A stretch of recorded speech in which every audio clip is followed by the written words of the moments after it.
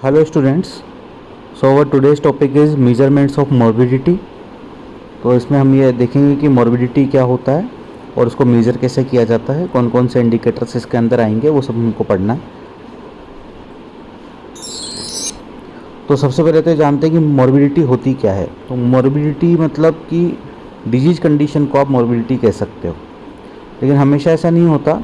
Disease नहीं हो, कोई पर्सन छोटा मोटा इलनेस भी हो या कोई भी डिसेबिलिटी हो, उसे मॉर्बिडिटी कहेंगे। जो आपकी नेचुरल जो हेल्थ है, जो कंप्लीट हेल्थ है, उस कंप्लीट हेल्थ से या कंप्लीट वेलबींग से आप डेविएटेड हो, मतलब कंप्लीट वेलबींग नहीं है, तो उसे हम मॉर्बिडिटी मानेंगे। यानी कि ऐसी कोई भी सिचुएशन जो आपको फुल हेल्थ प्रोवाइड ना करे, आपकी फुल हेल्थ से आपको डेविएट करे, उसे हम मॉर्बिडिटी मानेंगे।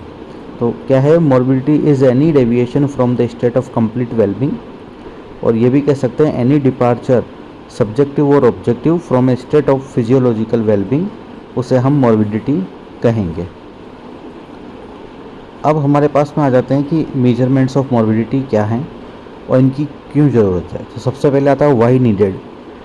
तो ज़रूरत क्यों है मेजरमेंट ऑफ मॉर्बिडिटी की। तो मॉर्बिडिटी का जैसे हमने मतलब निकाला कि मॉर्बिड मतलब कि कोई पर्सन बीमार है, डिजीज कंडीशन है, तो वो डिजीज जो भी है, वो डिजीज कितने लोगों को बीमार कर रही है, और वो आदमी जो डिजीज हुआ वो कितने इंक्यूबेशन पीरियड के बाद डिजीज हुआ, उस डिजीज की कम्युनिकेबिलिटी क्या है, डिजीज की फैटिलिटी क्या है, डिजीज जल्दी ठीक होती है या लेट ठीक होती है, क्रोनिक डिजीज है या एक्यूट डिजीज है।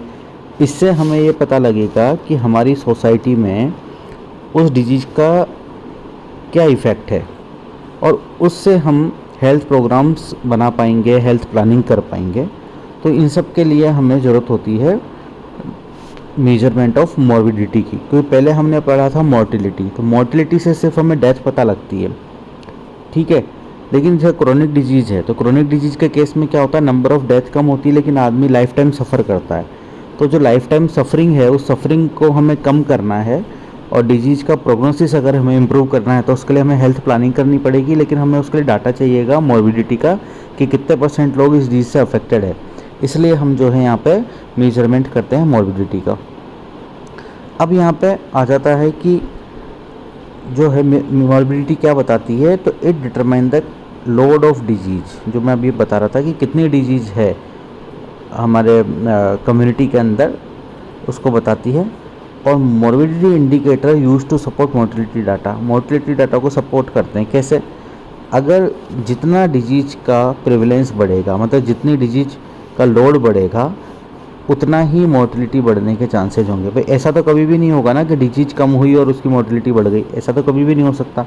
हमेशा क्या होगा, हमेशा ये होगा कि अगर डिजीज के लोड बढ़ता है तो उसके साथ साथ ही उसकी मोर्टिलिटी बढ़ेगी। तो मोर्बिडिटी डाटा जो है वो मोर्टिलिटी डाटा को सपोर्ट करता है, ठीक।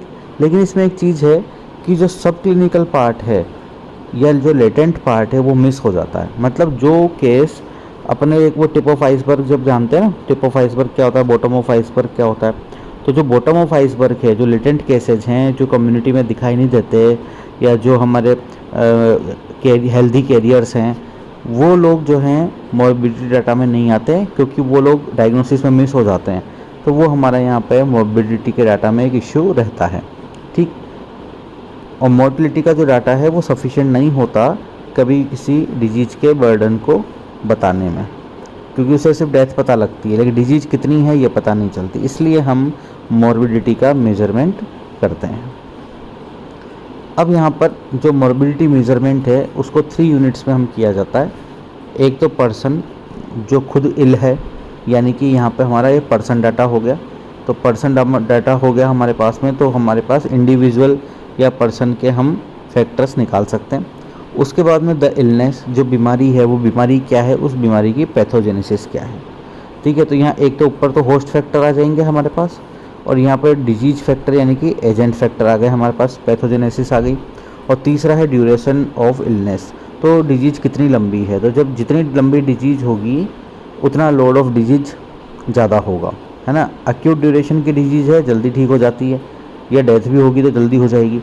क्रोनिक ड्यूरेशन की डिजीज़ है तो लंबी चलती है तो उसका लोड ज़्यादा रहता है ना। जैसे नॉन कम्युनिकेबल डिजीज़ है, जैसे हमारे पास में डायबिटीज़ है, हाइपरटेंशन है, तो लंबे समय तक चलती है तो इनका लोड हमेशा बना हुआ रहता है।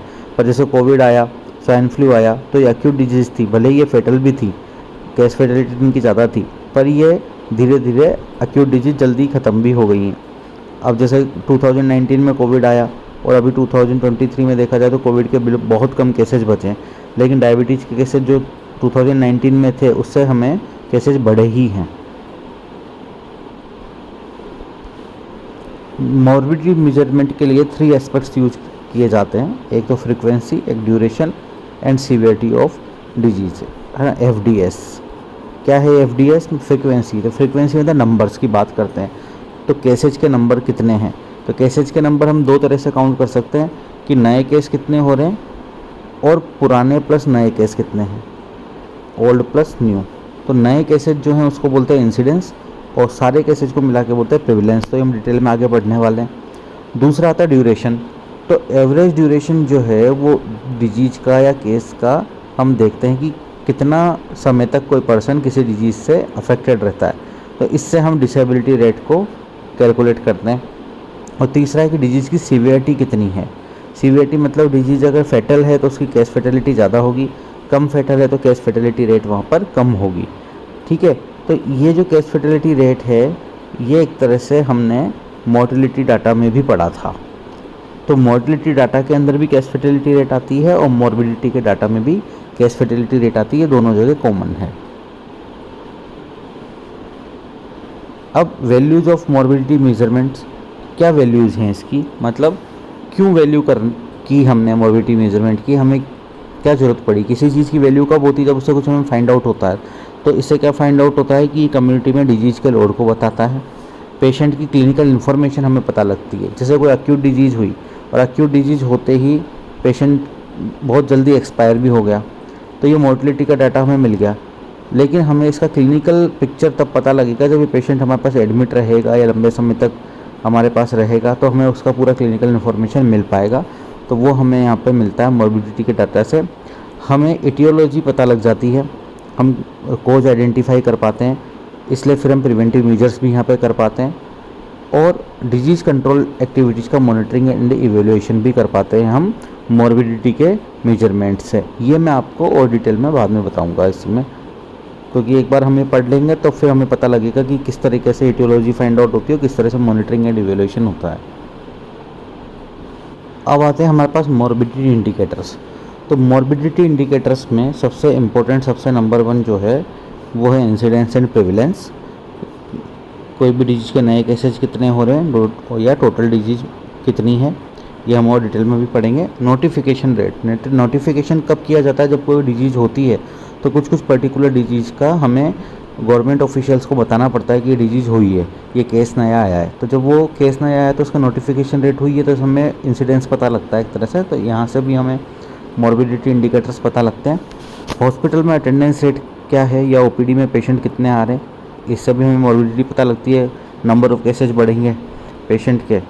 एडमिशन, रीएडमिशन, डिस्चार्ज रेट, इससे भी हमें मॉर्बिडिटी पता लगती है। अगर डिस्चार्ज कम हो रहे हैं पेशेंट, एडमिशन ज़्यादा हो रहा है, डिस्चार्ज कम हो रहे हैं, या थोड़ा लेट डिले डिस्चार्ज हो रहे हैं, या डिस्चार्ज की रेट कम हुई है, तो इसका मतलब पेशेंट जो है उसकी डिजीज़ थोड़ी बड़ी है, कहीं ना कहीं उसको हॉस्पिटल एडमिशन ज़्यादा करना पड़ रहा है। या डिस्चार्ज रेट ज़्यादा है, अर्ली डिस्चार्ज हो रहे हैं, इसका मतलब डिजीज़ इतनी ज़्यादा खतरनाक नहीं है। Duration of stay in hospital, ये वही बात होगी, एडमिशन और डिस्चार्ज के बीच का जो ड्यूरेशन है वही हमारा duration of stay in hospital है। तो duration of stay in hospital अगर ज़्यादा होगा तो मॉर्बिडिटी हम ज़्यादा मानेंगे। And spells of sickness, work और स्कूल से बार बार एब्सेंट लेना पड़ता है, बार बार एब्सेंट हो जाता है, छुट्टी लेनी पड़ती है, तो इससे भी पता लगती है मॉर्बिडिटी पेशेंट की या पर्सन की। अब आ जाता है सबसे फर्स्ट हमारे पास इंसिडेंस। तो इंसिडेंस होता क्या है, तो इंसिडेंस में कोई भी इंसिडेंस का मतलब क्या होता है, कोई भी घटना। तो यहाँ हम इंसिडेंस को मानते हैं कि नया केस, न्यू केस इंसिडेंस हुआ, ऑनसेट ऑफ ए डिजीज़। तो यहाँ पर नंबर ऑफ, एक तो न्यू केस, दूसरा occurring in A defined population, जो डिफाइंड पॉपुलेशन होगी उसको हम पॉपुलेशन एट रिस्क मानेंगे, during a specific period of time. हमने बोल दिया कि भाई इंसिडेंस बताओ डायबिटीज़ का। अब आप बोलोगे डायबिटीज या कोविड का इंसिडेंस बताओ, तो आप बोलोगे कब इंसिडेंस हुआ, नया केस, तो आप बोलोगे कब से कब का बताएं भाई। आप ये बोलोगे जनवरी का बताएं या फरवरी का बताएं या आज का बताएं या गुजरे हुए कल का बताएं, कब का हम आपको इंसिडेंस बताएं। तो हमारे को वो स्पेसिफिक पीरियड ऑफ टाइम हमको चाहिए। तो हमको बोल देंगे कि सब 2022 गया, इसमें इंसिडेंस बताओ आप कोविड का कितना था, मतलब कि कोविड के न्यू केसेज कितने आए। सिंपल है। अगर आपको बोल देंगे कि अभी जैसे चल रहा है, जून चल रहा है, तो आपको पूछ लिया कि मई में बताओ मई 2023 में कितने केसेज आए, तो वो हमारे पास में न्यू केसेज की बात करेंगे हमेशा, और जो कि हमें एक डिफाइंड पॉपुलेशन के अंदर ही निकालने, जो आपका जो ज्योग्राफिकल एरिया है उस पर निकालना है। या पर्टिकुलर आपसे पूछ लिया गया कि मान लो दिल्ली है, तो दिल्ली सिटी के अंदर, दिल्ली में मई 2022 के अंदर total number of new cases कितने आए किसी पर्टिकुलर डिजीज़ के, तो वहाँ पे पॉपुलेशन दिल्ली की हो गई, मई 2022 जो है वो ड्यूरेशन हो गया, और जो भी डिजीज़ आपसे पूछी गई वो डिजीज़ आपकी जो है उसके न्यू केसेज हो गए। तो इस तरह से इंसिडेंस निकालते हैं। अब जैसे हमने यहाँ पर इंसिडेंस में नंबर ऑफ़ न्यू केसेज ले लिया ऊपर, और नीचे ले लिया पॉपुलेशन एट रिस्क। तो जो न्यू केसेज हैं वो पॉपुलेशन एट रिस्क में से ही आ रहे हैं, तो मल्टीप्लाई कर रहे हैं हम यहाँ 1000 से। तो ये क्या हो गया, रेट है, रेशो है, प्रोपोर्शन है। देखिए numerator is a part of denominator है यहाँ पर, ठीक है, तो ये रेट हो सकता है या प्रोपोर्शन हो सकता है, पर यहाँ 1000 से मल्टीप्लाई कर रहे हैं इसलिए ये रेट है। अगर 100 से मल्टीप्लाई करते तो ये प्रोपोर्शन होता, ठीक है। अब जैसे क्वेश्चन हमको दिया है, पॉपुलेशन है 30,000, न्यू केसेस 500 है इन ए ईयर, और इंसिडेंस पूछा है, तो बहुत सिंपल सा था, 500 को ऊपर लेना है, 1000 से मल्टीप्लाई करना है और 30,000 का डिवाइड करना है, तो ये आंसर आपका 16.7 आ जाएगा। करके देख लेना है आप, इस तरीके से इंसिडेंस निकाला जाता है। अब इंसिडेंस ऑफ डिजीज़ में ख़ास बात क्या है कि duration of disease not useful, बीमारी कितनी लंबी चलने वाली इससे हमें कोई मतलब नहीं है। हम तो ये देख रहे हैं नया केस आ गया हमारे पास बस, अब वो नया केस आने के बाद 2 दिन में ठीक हो जाए, 10 दिन में ठीक हो जाए, 20 दिन में ठीक हो जाए, 10 साल में ठीक हो या ठीक ना भी हो, हमें उससे कोई मतलब नहीं है। हमको तो बस नए केस से मतलब है, तो वो हमारा इंसिडेंस है, इसलिए ड्यूरेशन ऑफ डिजीज़ हमें कोई लेना देना नहीं है इससे। Use is restricted to acute condition, बिल्कुल सही बात है। इंसिडेंस का हमें अक्यूटनेस देखनी है, यानी कि डिजीज़ हुई है ये बात देखनी है हमारे को, तो अक्यूट कंडीशन के अंदर इंसिडेंस का ज़्यादा रोल रहता है। Calculated by longitudinal studies based by cohort, तो कोहॉर्ट स्टडी से हमें इंसिडेंस पता लगते हैं। ये हम जब एपिडेमियोलॉजिकल स्टडीज़ पढ़ेंगे तब वहाँ और आपको डिटेल में बताएंगे। पर इंसिडेंस का मतलब क्या होता है, डिजीज का होना, यानी कि आपके पास एक कोज है और उस कोज से आपको एक डिजीज हुई है। तो जब कोज बॉडी में एंटर किया और उसके बाद डिजीज हुई, इसके बीच का जो टाइम होता है ये इंक्यूबेशन पीरियड होता है, ठीक है। अगर मान लो हमारे पास में एक ऐसी पॉपुलेशन है जो कहीं से एक्सपोजर लेकर के आई है, तो एक्सपोजर हो गया या यानी कि कोज हो गया। अब एक्सपोजर जब लेकर के आती है और हम उसका रिजल्ट या उसका आउटकम देखते हैं, तो कौन सी स्टडी है जो effect to cause to effect चलती है, कौन सी स्टडी है जो कोज टू इफ़ेक्ट चलती है, वो कोहॉर्ट स्टडी है। तो हमारे पास मालूम पड़ा कि 100 लोग थे जो कोज लेकर के आए थे, उनमें से 10 लोगों को डिजीज हो गई, यानी कि उसका इंसिडेंस हो गया 10%। ये पॉपुलेशन एट रिस्क थी जो एक्सपोज थे, और ये 10 लोगों में हो गया, तो यहाँ 10% इंसिडेंस रेट, 10% उसका इंसिडेंस हो गया, या अपन बोल सकते हैं 10 आउट ऑफ 100 जो है, या 100 आउट ऑफ 1000 उसका इंसिडेंस रेट हो गया। तो इसलिए इसको लॉन्गिट्यूडिनल स्टडी बोलेंगे, जो सीधी डायरेक्शन में चल रही है, स्ट्रेट डायरेक्शन में चल रही है, और ये कोहॉर्ट से होती है, ठीक है। और डिटेल में हम जब कोहॉर्ट पढ़ेंगे तब हमें पता चलेगा। अब क्या क्या करता है इससे, इंसिडेंस से क्या क्या पता चलता है, तो हमें फ्रीक्वेंसी पता लगती है, नंबर ऑफ नए केसेज पता लगते हैं। उसके बाद में हम जब हमें पता लगता है कि अरे बीमारी हो गई है, तो हम उस डिजीज़ को कंट्रोल करने के लिए एक्शन लेंगे। उसका इटियोलॉजी हम इस्टेब्लिश कर सकते हैं यहाँ पे, ये बहुत इंपॉर्टेंट चीज़ है। ये क्वेश्चन पूछा जाता है एमसीक्यू में, इटियोलॉजी इस्टेब्लिश कर सकते हैं, क्योंकि हमें पता है किस कोज से कौन सी डिजीज हो रही है ना। कोहॉर्ट स्टडी है इसलिए हम इटियोलॉजी डिसाइड कर पाएंगे। हमें पैथोजेनेसिस पता लगेगी, कोहॉर्ट है इसलिए पैथोजेनेसिस भी पता लगेगा, डिजीज़ का डिस्ट्रीब्यूशन पता लगेगा, और प्रिवेंटिव एंड थेरेपेटिक मेजर्स की एफिकेसी भी पता लगेगी, क्योंकि हमारे अगर प्रिवेंटिव एंड थेरेपेटिक मेजर्स अच्छे हैं तो हमारे डिजीज़ के केसेस घट जाएंगे। कि हम अच्छा प्रिवेंशन कर रहे हैं, अच्छा ट्रीटमेंट कर रहे हैं, हमारे केसेस घटेंगे। अगर केसेस घटेंगे तो उस कंडीशन में हम बोलेंगे इंसिडेंस कम हो गया। तो ये एफिकेसी पता लगेगी स्पेशली प्रिवेंटिव का, है ना, प्रिवेंटिव मेजर्स का, प्रोग्राम का। ठीक, अगर कोई प्रिवेंटिव हेल्थ प्रोग्राम अगर वो फेल हो गया, प्रिवेंटिव हेल्थ प्रोग्राम किस लिए हम चालू करते हैं? ताकि डिजीज़ ना हो। और थेरेपेटिक हेल्थ प्रोग्राम कब चालू करते हैं? हमें डिजीज़ का ट्रीटमेंट करना है।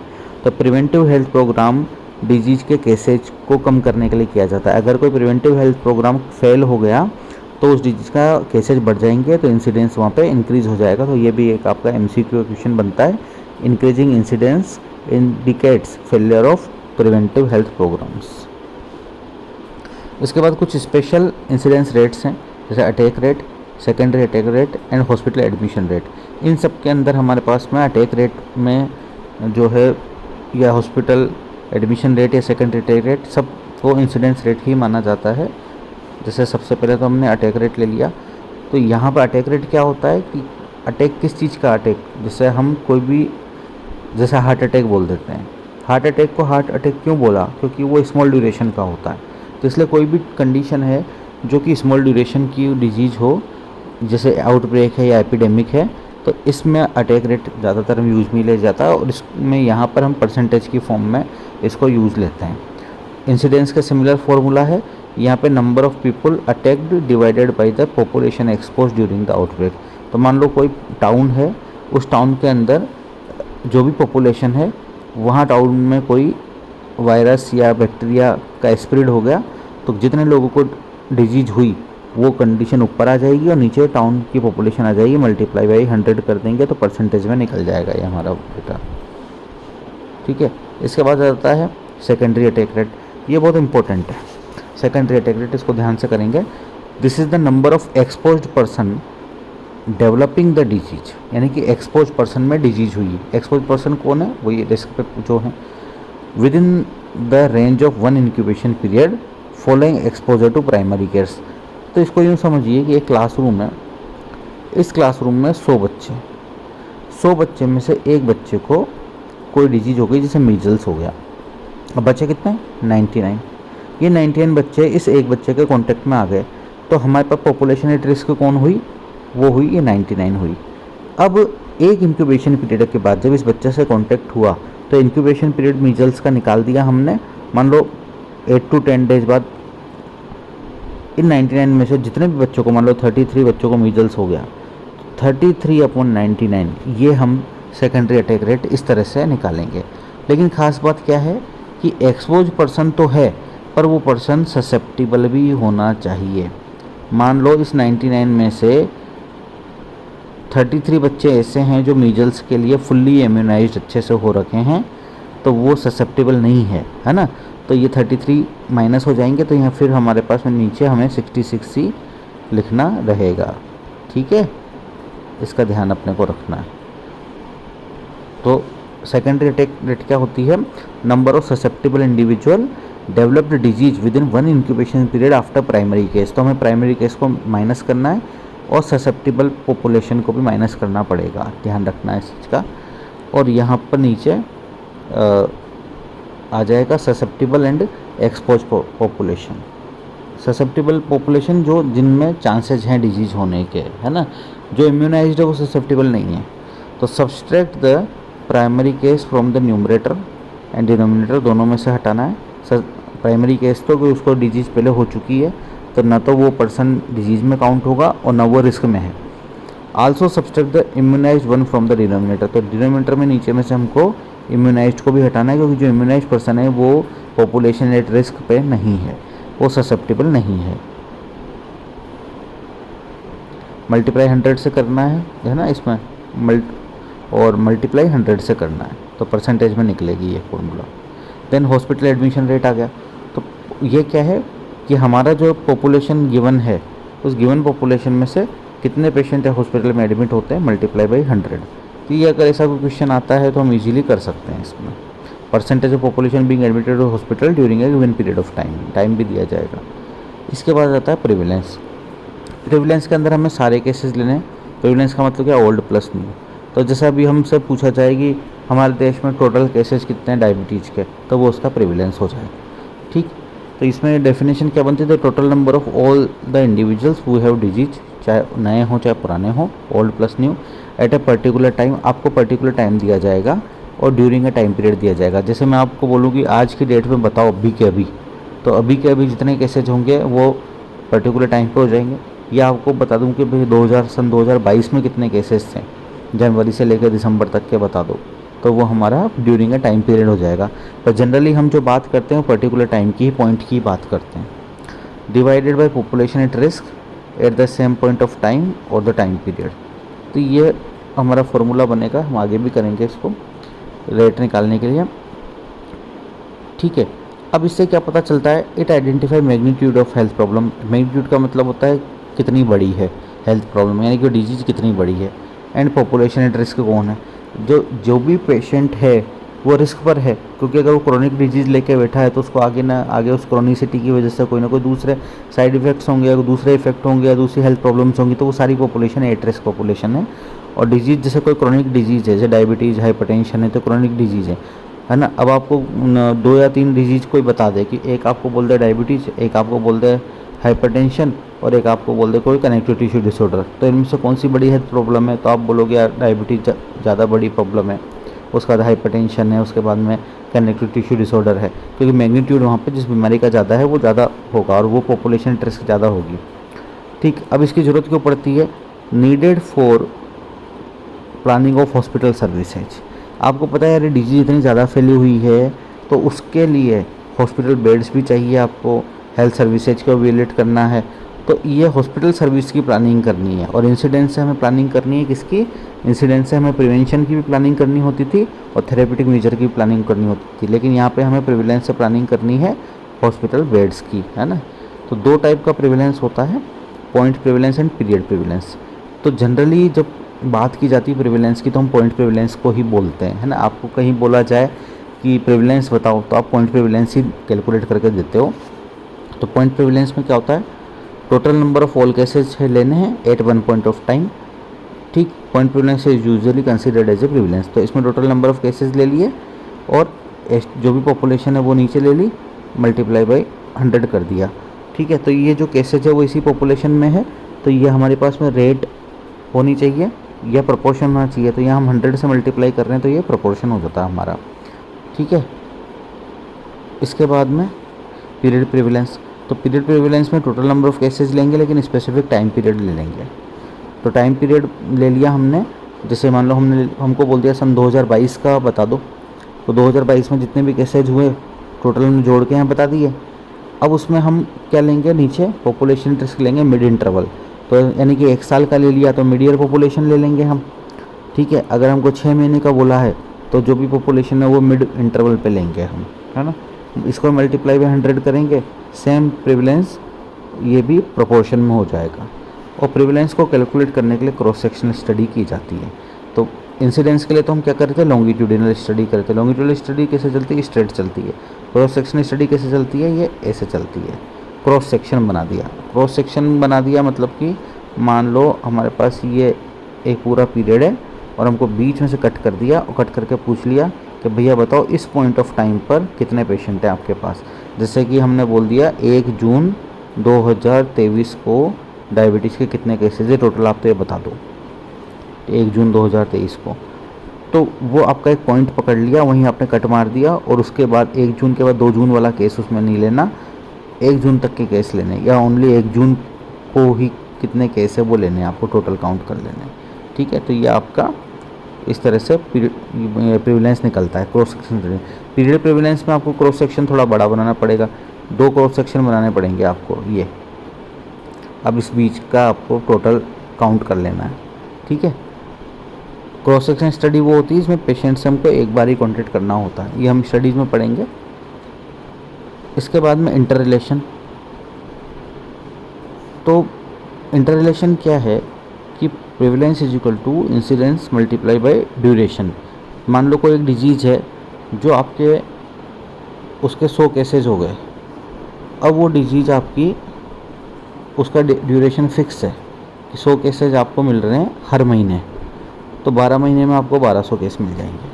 तो ये टोटल आपका प्रिवलेंस हो जाएगा। मान लो जनवरी में किसी बीमारी के 100 केस आए, फरवरी में भी 100 आए, मार्च में भी 100 आए, है ना, अप्रैल में भी 100 केस आए, तो आपके हर महीने जितने के 12 महीने तक सेम केस आ गए, तो 1200 हो गया यहाँ पे। तो prevalence is equal to incidence multiply by duration, average duration of population. इसमें हम क्या करते हैं, जो पॉपुलेशन को अनचेंज मान के ये कैलकुलेशन कर सकते हैं। ठीक, अब प्रेवलेंस अगर बढ़ रहा है तो क्यों बढ़ सकता है, या तो आपका इंसिडेंस इंक्रीज हो जाए या ड्यूरेशन ऑफ डिजीज इंक्रीज हो जाए। अगर मान लो आपसे बोलें कि कोविड और डायबिटीज़, इसमें से किसका प्रेवलेंस ज़्यादा मिलेगा, तो ऑब्वियसली आप बोलोगे डायबिटीज़ का प्रेवलेंस ज़्यादा मिलेगा। क्यों मिलेगा, क्योंकि इसके केसेज का ड्यूरेशन लंबा है और कोविड के केसेज का ड्यूरेशन उतना लंबा नहीं है, उतना बड़ा नहीं है, 15-20 दिन 1 महीने तक का रहता है, इसलिए यहाँ पे डायबिटीज़ का प्रेवलेंस ज़्यादा हो गया। तो इंसिडेंस के बढ़ने से या घटने से प्रेवलेंस चेंज हो सकता है, ड्यूरेशन डिजीज़ के घटने या बढ़ने से, या दोनों में ही कुछ डिफरेंस आएगा तो भी प्रेवलेंस चेंज हो सकता है। अब आपको डिफरेंस बताता हूँ दोनों में, इंसिडेंस और प्रेवलेंस में। इंसिडेंस में हमेशा न्यू केस आएंगे, प्रेवलेंस में न्यू प्लस ओल्ड दोनों केस आएंगे। इंसिडेंस को 1000 पे हम कैलकुलेट करते हैं, इसलिए इसको हम रेट बोलते हैं, और ये 100 पे कैलकुलेट करते हैं प्रेवलेंस, इसलिए इसको प्रोपोर्शन बोलते हैं। इंसिडेंस को लॉन्गिट्यूडिनल स्टडी से कैलकुलेट किया जाता है, प्रेवलेंस को क्रॉस सेक्शनल स्टडी से किया जाता है। इंसिडेंस में एग्जैक्ट टाइम ऑफ ऑनसेट पता होना चाहिए हमें कि कब बीमारी हुई, तो जब बीमारी हुई तभी हमने उसको इंसिडेंस काउंट किया। लेकिन प्रेवलेंस में इसकी कोई ज़रूरत नहीं है हमारे को, क्योंकि कब बीमारी हुई ये बात हम इंसिडेंस में पता कर लेते हैं, उसका तो पेशेंट प्रेवलेंस का पार्ट हो जाता है, तो उसके हमारे को कब बीमारी हुई इसकी ज़रूरत नहीं है। ड्यूरेशन और इलनेस का इंसिडेंस पे कोई लेना देना नहीं है, लेकिन प्रेवलेंस पे है, because prevalence is equal to I multiply by D. तो ड्यूरेशन बढ़ेगा तो प्रेवलेंस भी बढ़ेगा, तो इंक्रीज हो जाता है यहाँ पर। इंक्यूबेशन पीरियड यहाँ का मतलब ये है कि एक्यूट डिजीज़ के लिए इंसिडेंस एंड क्रोनिक डिजीज़ के लिए प्रेवलेंस को हम देखते हैं। ठीक है, उसके बाद में क्या मेजरमेंट किया जाता है, तो इंसिडेंस इटियोलॉजी को मेजर करता है, कारण को, और इससे हाइपोथेसिस फॉर्मुलेट की जा सकती है या हाइपोथेसिस टेस्ट की जा सकती है। यानी कि हमने हाइपोथेसिस ये फॉर्मुलेट कर सकते हैं कि भाई इस कोज से ये बीमारी हुई और ये इंसिडेंस हुआ, और उसी कोज को हम किसी और पे अप्लाई करके उसको टेस्ट भी कर सकते हैं। लेकिन प्रेवलेंस से सिर्फ डिजीज़ का मैग्नीट्यूड पता लगता है कि डिजीज़ कितनी बड़ी है। ठीक है, इंसिडेंस का यूज है कंट्रोल मेजर्स को इवेल्युएट करने के लिए है, क्योंकि जो हमारा हेल्थ प्रोग्राम है उससे डिजीज़ कितनी कंट्रोल हुई, अगर डिजीज़ कंट्रोल हुई तो इंसिडेंस में नए केसेस नहीं आएंगे, तो वहाँ पर हम इवेल्युएट कर सकते हैं। और प्रेवलेंस से हम हेल्थ प्लानिंग या हॉस्पिटल प्लानिंग करते हैं, क्योंकि हमारे पास जितने ज़्यादा प्रेवलेंस है किसी डिजीज़ का, हमारे को हॉस्पिटल बेड्स की रिक्वायरमेंट उतनी ज़्यादा होगी। तो ये मोटा मोटा इनमें डिफरेंस है। इसके बाद में ये बहुत इंपॉर्टेंट स्लाइड है कि फैक्टर्स अफेक्टिंग प्रेवलेंस। तो हमने एक वाटर टैंक बना लिया, प्रेवलेंस ये इस वाटर टैंक में पूरा पानी भरा हुआ, उसको हमने प्रेवलेंस मान लिया। इंसिडेंस इस पानी को बढ़ा रहा है, जितने नए केसेज आ रहे हैं प्रेवलेंस को बढ़ा रहे हैं। और प्रेवलेंस को कम कौन करता है, आउटकम, या तो पेशेंट की रिकवरी हो जाए या पेशेंट की मोर्टेलिटी हो जाए, डेथ हो जाए। दोनों केस में पेशेंट हमारे डिजीज से बाहर निकल जाएगा, है ना, डिजीज से मुक्त हो जाएगा, तो वो प्रेवलेंस से निकल जाएगा। तो प्रेवलेंस कब बढ़ेगा, जब इंसिडेंस बढ़ेगा, और प्रेवलेंस कब कम होगा, जब पेशेंट की रिकवरी हो जाएगी या डेथ हो जाएगी। तो यहाँ पर अब हमको देखना है कि प्रेवलेंस किन किन चीज़ों से बढ़ता है। तो अगर इंसिडेंस बढ़ेगा तो प्रेवलेंस बढ़ेगा, बिल्कुल। बेटर रिपोर्टिंग होगी डिजीज की तो भी प्रेवलेंस बढ़ेगा, तो बेटर रिपोर्टिंग होगी तो इंसिडेंस भी बढ़ जाएगा, है ना। नोटिफिकेशन अगर डिजीज का बढ़ेगा तो प्रेवलेंस में ही जाना है। इमिग्रेशन ऑफ केसेज, बाहर से हमारे पास में केसेज आ जाएँ हमारी पॉपुलेशन में, तो डिजीज़ का प्रेवलेंस बढ़ गया। मान लो डायबिटीज़ के 50 पेशेंट हमारे शहर में आ गए, तो हमारे शहर का डायबिटीज़ का इमिग्रेशन की वजह से प्रेवलेंस बढ़ गया। ससेप्टिबल पीपल अगर आ गए, ऐसे पीपल जिनमें बीमारी होने के चांसेज हैं, तो भी चांस बढ़ेंगे प्रेवलेंस बढ़ने के। इसीलिए कोविड के टाइम पे लोगों को माइग्रेट करने के लिए मना कर रहे थे, क्योंकि लोग जो है एक जगह से दूसरी जगह जाके डिजीज़ को फैला भी रहे थे और प्रेवलेंस को बढ़ा रहे थे, है ना। एमिग्रेशन ऑफ हेल्दी पीपल, तो हेल्दी पीपल है वो हमारे सिस्टम से बाहर चले जाए, तो हमारा प्रेवलेंस का जो फॉर्मूला है वो क्या है, old plus new cases upon population at risk. तो पॉपुलेशन एट रिस्क नीचे डिनोमिनेटर में आ रही है, तो डिनोमिनेटर जब घटेगा तो प्रेवलेंस बढ़ेगा, है ना। प्रेवलेंस के इन्वर्सली प्रोपोर्शनल हो गया नीचे पॉपुलेशन। तो ये जो पॉपुलेशन है इसमें हेल्दी पॉपुलेशन अगर हमारी कम हो गई तो हमारा प्रेवलेंस बढ़ जाएगा, इन्वर्सली प्रोपोर्शनल है ना। तो एमिग्रेशन ऑफ हेल्दी पीपल, इसकी वजह से प्रेवलेंस बढ़ेगा। उसके बाद में prolongation of life without care, without cure, है ना, विदाउट केयर विदाउट क्योर। तो लाइफ तो बढ़ती जा रही है, आदमी जी रहा है, लेकिन उसका इलाज नहीं हो रहा। तो इलाज नहीं हो रहा तो उससे क्या हो रहा है कि उसकी रिकवरी भी नहीं हो रही, तो वो स्टडी से बाहर नहीं निकलेगा और लाइफ उसकी प्रोलॉन्ग होती जा रही है, मतलब वो जी रहा है, यानी कि बुरी कंडीशन में जी रहा है, बेड रिडन कंडीशन में जी रहा है। तो ना उसकी डेथ हो रही है और ना डिजीज से रिकवरी हो रही है। तो दोनों चीज़ें नहीं हो रही, दोनों आउटकम नहीं आ रहे, तो भी उसका प्रेवलेंस बढ़ जाएगा। या फिर कोई क्रोनिक डिजीज है तो क्रोनिक डिजीज में प्रेवलेंस बढ़ा हुआ रहेगा। ठीक है, ये सब रीजंस हो सकते हैं प्रेवलेंस बढ़ाने के। अब प्रेवलेंस को हमें कम कब होता है, तो जब इंसिडेंस कम होगा तो प्रेवलेंस कम हो जाएगा। बिल्कुल अंडर रिपोर्टिंग, कोई केस की रिपोर्टिंग ही नहीं हो रही है हमारे पास, तो हमारे को पता ही नहीं चल रहा बीमारी कितनी है। एमिग्रेशन ऑफ केसेज, हमारी पॉपुलेशन में से बीमार लोग बाहर चले गए, ससेप्टिबल होस्ट बाहर चले गए, या हेल्दी पीपल ज़्यादा आ गए हमारे पास, तो भी प्रेवलेंस कम होगा। वही बिल्कुल जस्ट अपोजिट है, क्योंकि prevalence is inversely proportional to population, तो हेल्दी पॉपुलेशन बढ़ गई।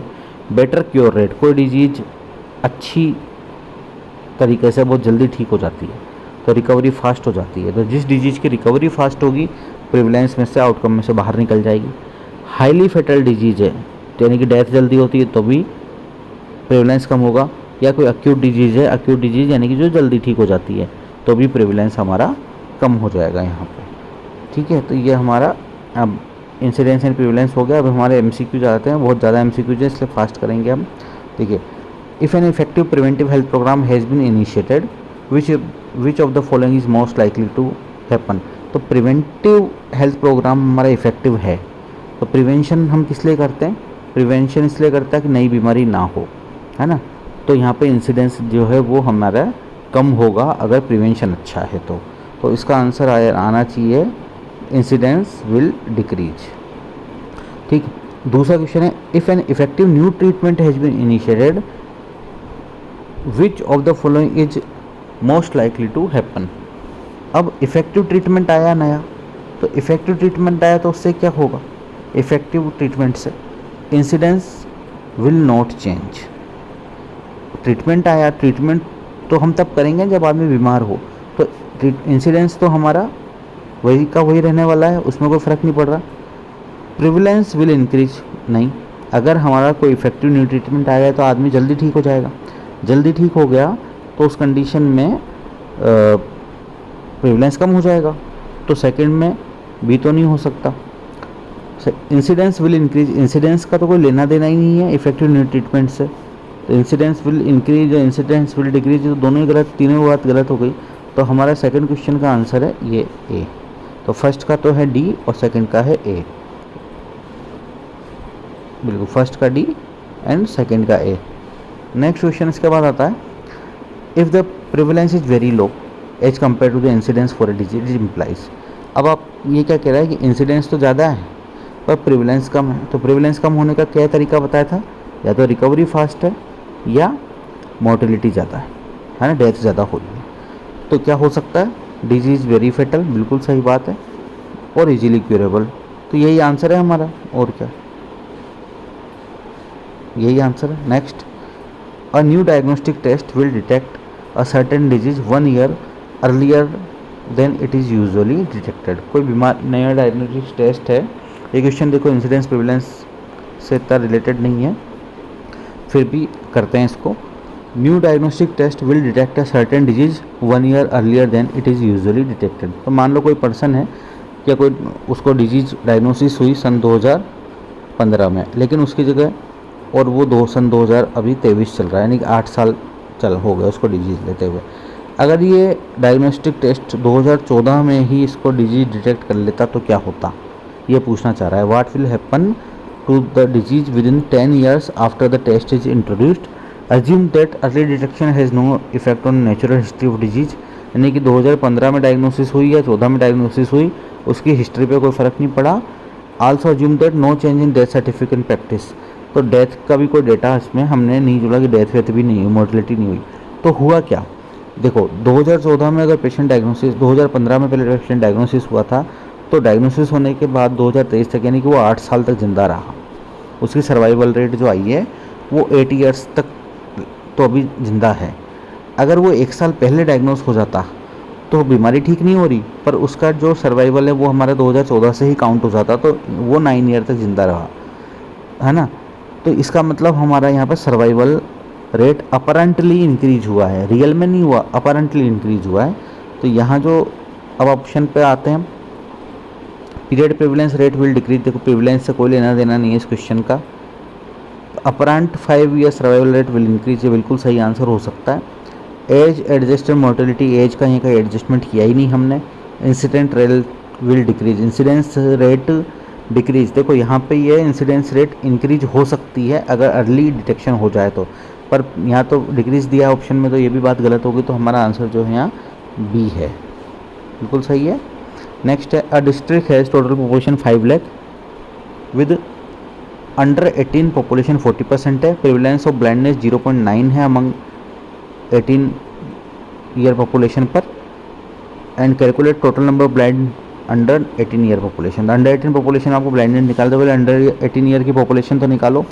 5 लाख है, 40% निकाल लो 5 लाख का, कितना हो जाएगा, सिंपल 2 लाख हो जाएगा, ठीक है। अब 2 लाख हो गया, अब 2 लाख में 0.9 कर दो 2 लाख का, तो 1000 पर है 0.9, इसको मल्टीप्लाई कर दो 2 लाख से, तो सीधा 180 आंसर आ जाएगा इसका। तो कैलकुलेट कर लेना है, इसका आंसर 180 है। नेक्स्ट है, the incidence rate of disease is 5 times greater in women than in man. देखो इंसिडेंस रेट 5 गुना ज़्यादा है in women than in man, women में, but prevalence rate show no such difference. Prevalence में difference नहीं आ रहा है, प्रिवलेंस उतना का उतना ही है, इंसिडेंस तो है पर प्रिवलेंस नहीं है। मतलब क्या हुआ कि डिजीज़ तो हो रही है लेकिन वो प्रिवलेंस उसका बढ़ नहीं रहा। इंसिडेंस तो 5 गुना ज़्यादा है महिलाओं में, लेकिन प्रिवलेंस 5 गुना ज़्यादा नहीं है, प्रिवलेंस कम ही हो गया।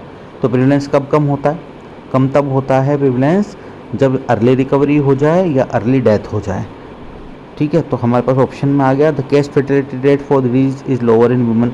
अगर केस फर्टिलिटी रेट लोअर होती तो वुमेन की पॉपुलेशन, डिजीज पॉपुलेशन ज़्यादा हो जाती है ना, तो प्रिवलेंस बढ़ जाता, तो वो तो नहीं हो सकता। Case fertility rate for disease is higher for women, ये आंसर बिल्कुल हो सकता है। अर्ली रिकवरी भी आंसर हो सकता है, अर्ली रिकवरी का कहीं ऑप्शन नहीं दिया। Duration of disease shorter in man, risk factor for developing of the disease are more common in women, नहीं, तो ओनली हमारे पास में बी आंसर ही है इसका, ठीक है। Prevalence of a disease is the best measure of disease frequency in etiological studies, नहीं। Best measure of disease frequency तो हमारा इंसिडेंस है, फ्रिक्वेंसी यानी नंबर, तो नए कैसे जाएंगे उससे नंबर पता लगेंगे, तो ये तो नहीं हो सकता। दूसरा, can only be determined by a cohort study, तो प्रिवलेंस के लिए तो हम कोहॉर्ट करते ही नहीं है, प्रिवलेंस के लिए तो हम क्रॉस सेक्शनल स्टडी करते हैं, है ना। और वैसे भी जब भी कभी कहीं पे भी यह ऑप्शन आता है ना, can only be, can always, तो ये कभी ऑप्शन होती ही नहीं है सही इन जनरल। तीसरा है, is the number of new cases in defined population, बिल्कुल गलत बात, नंबर न्यू केसेज तो इंसिडेंस होगा। And describe the balance between incidence, mortality and recovery, बिल्कुल सही बात है। जितने भी इंसिडेंस हुए उनमें से मोर्टल प्लस रिकवरी वाले लोगों को हटा दो तो बचे हुए केसेज ही हमारे प्रिवलेंस है, तो डी आंसर इसका सही है। अब क्वेश्चन नंबर 8 है। क्वेश्चन नंबर 8 में दिया है, in a village having population of 2000 we found patient with certain disease, results of a new diagnosis disease are as follows. तो बहुत सिंपल है, क्या पूछा है इन्होंने, what is the percent prevalence of disease, percent prevalence पूछा है।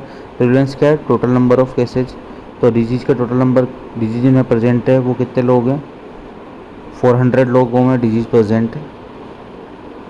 अब ये न्यू डायग्नोसिस टेस्ट से भले ही कुछ में पॉजिटिव आ रही कुछ में नेगेटिव आ रही, लेकिन उसको हम कंसिडर नहीं करते हैं, हम तो जो पहले से डिजीज प्रेजेंट है उनको बात करते हैं। नीचे है 2000, परसेंट प्रिवलेंस पूछा है तो 100 से मल्टीप्लाई हो जाएगा, तो 100 से 2 जीरो गया, 400 में 20 का डिवाइड किया तो 20 इज़ द आंसर, बिल्कुल सही। Then question number 9, in a town of population 5000, 500 are already myopic on January 1, 2011, number of new myopia cases is 90 till December. तो इंसिडेंस कैलकुलेट करना है। तो इंसिडेंस कैलकुलेट करने के लिए हमको पॉपुलेशन एट रिस्क निकालनी है। तो 5000 की पॉपुलेशन में से 500 तो पहले से मायोपिक थे, तो आपके पास बचे कितने 4500। अब इनमें डिजीज कितने में हुई 90 के अंदर हमारे पास में डिजीज हो गई। अब इंसिडेंस रेट को हम 1000 पे निकाल सकते हैं, है ना। तो पहले अपन देख लेते हैं, इंसिडेंस पूछा है, इंसिडेंस रेट नहीं पूछी। देखो ये भी ध्यान रहना है इस बात पे। तो पहले तो हम 90/450 करेंगे, तो ये कितना आ जाएगा 1/50, यानी कि 0.02 आ जाएगा। या तो जिसको बोल दो 0.02 इज इंसिडेंस, या फिर 0.02 को 1000 से मल्टीप्लाई कर लो तो आ जाएगा हमारे पास में 20/1000। तो आप कैसे भी बोल सकते हो, या तो 20/1000 बोल लो या 0.02 बोल दो। तो ये 20/1000 तो ऑप्शन में नहीं है, तो 0.02 यहाँ पे है। All about incidence are false except not affected by, देखो फॉल्स एक्सेप्टेड पूछा है, फॉल्स एक्सेप्ट यानी कि आपको ट्रू बताना है, ठीक है। तो यानी कि सारी बातें झूठी है, तो झूठी बातें, सारी बातें झूठी है, इनमें से एक सच्ची बात है। Measures old and new case, तो ओल्ड एंड न्यू केस को तो मीजर करता है क्या, फॉल्स है। तो use for chronic condition acute में लेते हैं इंसिडेंस को, फॉल्स है। मोर देन प्रिविलेंस, प्रिविलेंस से ज़्यादा इंसिडेंस कभी भी नहीं हो सकता। जितने भी केसेस आएंगे वो कभी ना कभी प्रिविलेंस में आकर के जुड़ेंगे। अगर कुछ ठीक हुए कुछ ठीक नहीं हुए तो ये बात गलत है। And not affected by duration, duration से अफेक्टेड नहीं होता, तो इंसिडेंस तो नहीं होता, प्रिविलेंस होता है, क्योंकि prevalence is equal to I and D, इसलिए ये ट्रू है। तो इसमें A answer is correct. Then ये क्वेश्चन है, which of the following is better indicator of efficacy of hospital service and health program. देखो ये क्वेश्चन जो है थोड़ा कन्फ्यूजन वाला क्वेश्चन है। ये डायरेक्ट इसका आंसर याद रख लो आप, efficacy of hospital service and health program अगर कभी भी पूछा जाए तो आपको इंसिडेंस इसका आंसर है, इंसिडेंस के लिए किया जाता है। इसमें क्या होता है कि अगर आपसे पूछे कि प्रिवेंटिव हेल्थ प्रोग्राम, तो प्रिवेंशन का काम है ट्रीटमेंट किसी डिजीज़ का नए केसेज को रोकना, तो प्रिवेंटिव हेल्थ प्रोग्राम जो है डिजीज़ के इंसिडेंस को कम कर देगा। लेकिन थेरेप्यूटिक हेल्थ प्रोग्राम जो होगा वो प्रिविलेंस को कम करेगा, वो इंसिडेंस के ऊपर कोई उसका इफेक्ट नहीं आएगा। लेकिन आपसे दोनों दे दिए जाएं जब प्रिवेंटिव एंड ट्रीटमेंट, तो उस कंडीशन में आपको इंसिडेंस या hospital services and health program दे दिया जाए तो आपको इंसिडेंस का आंसर करना है। इंसिडेंस आंसर है। एक लाइन भी लिखी हुई है बुक में, to see the effectiveness of preventive treatment screening modalities. Next question है, when the prevalence rate is used without any qualification is taken to means, मतलब जब आपसे बोले प्रिविलेंस निकाल दो तो आप क्या निकालोगे, पॉइंट प्रिविलेंस ही निकालते हो, मैंने बताया था आपको ये। तो इसका आंसर है A. A drug which reduce mortality but does not cure a disease, तो एक डिजीज जो है, एक जो ड्रग है वो मोर्टेलिटी को तो कम कर रही है लेकिन ठीक नहीं कर रही। अब हमने प्रिविलेंस के लिए कहा कि प्रिविलेंस कब कम होगा, जब या तो बीमार जल्दी ठीक हो जाए या डेथ हो जाए। तो एक ड्रग है मोर्टेलिटी भी नहीं होने दे रही और क्योर भी नहीं कर रही, तो ये तो प्रिविलेंस को बढ़ाएगी ना, ना तो पेशेंट जा रहा डेथ में जा रहा ना ठीक होके जा रहा, मतलब वो जा ही नहीं रहा बाहर। तो यहाँ पे प्रिविलेंस तो बिल्कुल पक्के से पक्का बढ़ेगा। इंसिडेंस जो है उस पर कोई इसका कमेंट नहीं आएगा, तो इंसिडेंस सेम रहेगा, प्रिविलेंस इंक्रीज हो जाएगा। ठीक है, ये इसका आंसर हो जाएगा यहाँ पे D, D is the answer. Then incidence rate is calculated from, incidence को कैसे निकालते हैं, तो इंसिडेंस रेट निकालते हैं हम, बताया था लॉन्गिट्यूडिनल स्टडीज से, जो कि कोहॉर्ट है।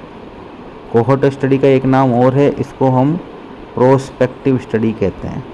तो इसलिए इसका आंसर हो जाएगा बी, बी आंसर हो जाएगा इसका। अटैक रेट हम पढ़ चुके हैं, अटैक रेट थी, सेकेंडरी अटैक रेट थी और हॉस्पिटल एडमिशन रेट थी। ये तीनों इंसिडेंस रेट का टाइप था, इसलिए इंसिडेंस ऑफ डिजीज़ का आंसर हो जाएगा। Secondary attack rate of measles is more than mumps, ऐसा क्यों, सेकेंडरी अटैक रेट क्या बताती है, हम सेकेंडरी अटैक रेट के लिए पढ़ते कि 1 इंक्यूबेशन पीरियड के अंदर हमको देखना है कितने लोग डिजीज़ वाले हुए। तो 1 इंक्यूबेशन पीरियड देख रहे हैं, यानी कि हम देख रहे हैं कि कौन डिजीज़ कितनी इन्फेक्टिव है ना। तो यहाँ पे क्यों है मीजल्स का जो है, measles is more than mumps, why, because measles is more infective than mumps. तो इसमें इन्फेक्टिव ऑप्शन आ रहा हो तो measles is more infectious than mumps, यही हमारा सही जवाब हो जाएगा यहाँ पर। ठीक, यहाँ पे ये भी सवाल पूछा जाता था कि which one of the following is an index of communicability of an infection. Communicability को कौन बताता है, तो वो भी सेकेंडरी अटैक रेट ही बताती है। तो यहाँ पे मोर इन्फेक्शियस की जगह अगर आ जाता ना कि मोर कम्युनिकेबल, तो भी हमारे यही आंसर होता। अब है question number 17, high prevalence associated with, इसका answer long duration of disease. Simple है, जितनी डिजीज का ड्यूरेशन लंबा होगा उसका प्रेवलेंस इतना ज़्यादा होता जाएगा। और देख लेते हैं, हाई क्योर रेट, क्योर ज़्यादा होगा तो पेशेंट ठीक होके चले जाएंगे, तो प्रिविलेंस में नहीं आएंगे। Immigration of healthy people, healthy people जितने बाहर से हमारे पास ज़्यादा आएंगे प्रिविलेंस उतना कम होगा, क्योंकि हम देखते हैं कि prevalence is inversely proportional to population at risk. तो यहाँ एट रिस्क पॉपुलेशन जो है वो बढ़ जाएगी। Less incidence of disease, incidence अगर कम होंगे तो प्रिविलेंस तो ऑटोमेटिकली कम हो जाएगा, because prevalence is equal to I × D। ठीक है, तो ये हमारा टॉपिक ख़त्म होता है। Thanks for watching this video, please subscribe and share.